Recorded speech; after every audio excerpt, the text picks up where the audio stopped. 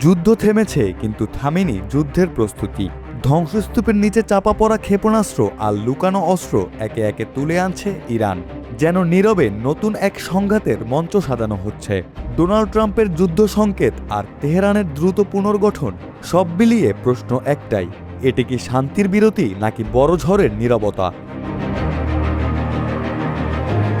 Donald ট্রাম্পের সাম্প্রতিক বক্তব্য পরিস্থিতিকে আরও উত্তপ্ত করে তুলছে। তিনি সরাসরি ইঙ্গিত দিয়েছেন প্রয়োজনে আবারও যুদ্ধ শুরু হতে পারে।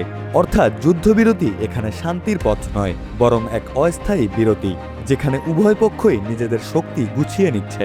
এই অবস্থায় ইরানের এই তৎপরতা নিছক উদ্ধার অভিযান হিসেবে দেখলে ভুল হবে। বিশ্লেষকদের ধারণা, ধ্বংসস্তূপের নিচে চাপা পড়ে থাকা অস্ত্র উদ্ধার মানে শুধু ইরানের হারানো সক্ষমতা ফিরে পাওয়া নয়, এটি হচ্ছে দ্রুত পুনরায় যুদ্ধের প্রস্তুতি নেওয়া। আধুনিক যুদ্ধক্ষেত্রে সময় এখন সবচেয়ে বড় অস্ত্র।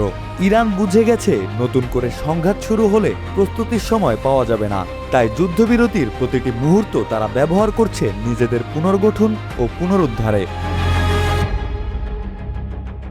এটা যুক্তরাষ্ট্র ও তার মিত্র ইসরায়েলের উদ্দেশ্যে ইরানের একটি স্পষ্ট বার্তা। তারা এখনও শেষ হয়ে যায়নি। বিমান হামলায় ক্ষতিগ্রস্ত হওয়ার পরও ইরান যদি দ্রুত তার অস্ত্রভাণ্ডার পুনরুদ্ধার করতে পারে, তাহলে তা প্রতিপক্ষের জন্য উদ্বেগের কারণ হবে বলে জানিয়েছেন সমরবিদরা। এই তৎপরতা সরাসরি মধ্যপ্রাচ্যের শক্তির ভারসাম্যে। হরমুজ প্রণালী বিশ্ব জ্বালানির লাইফলাইন।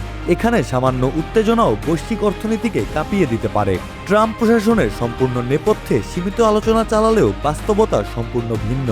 যে কোনো সংঘাত শুরু হলে প্রথম ধাক্কা লাগবে এই কৌশলগত অঞ্চলেই।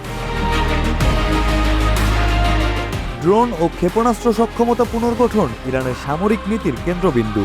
সরাসরি মুখোমুখি যুদ্ধে যুক্তরাষ্ট্রের মতো শক্তিধর দেশের সঙ্গে পাল্লা দেওয়া কঠিন, এটা ইরান জানে। তাই তারা বেছে নিয়েছে অসম যুদ্ধের পথ। ড্রোন হামলা, দূরপাল্লার ক্ষেপণাস্ত্র এবং প্রক্সি বাহিনী। এই প্রেক্ষাপটে ধ্বংসস্তূপ থেকে অস্ত্র উদ্ধার মানে ভবিষ্যৎ গেরিলা ও দূরপাল্লার হামলার প্রস্তুতি। সবচেয়ে গুরুত্বপূর্ণ প্রশ্ন, এটা কি যুদ্ধের কাউন্টডাউন? উত্তরটা পুরোপুরি স্পষ্ট না হলেও ইঙ্গিতগুলো বেশ উদ্বেগজনক বলে ভাবছেন আন্তর্জাতিক ভূরাজনৈতিক বিশ্লেষকেরা। একদিকে ট্রাম্প প্রশাসনের যুদ্ধোন্মুখ বক্তব্য, অন্যদিকে ইরানের দ্রুত সামরিক পুনর্গঠন। দুটোই একটি সম্ভাব্য যুদ্ধের ইঙ্গিত করছে। ইরানের এই পদক্ষেপকে শুধু কেবল প্রতিরক্ষা হিসেবেই দেখছেন না আন্তর্জাতিক মহল, এটি আক্রমণাত্মক প্রস্তুতির অংশও হতে পারে। সম্প্রতি আইআরজিসির এক মুখপাত্র হুঁশিয়ারি দিয়ে বলেছেন, যুদ্ধ করতে প্রস্তুত তারা।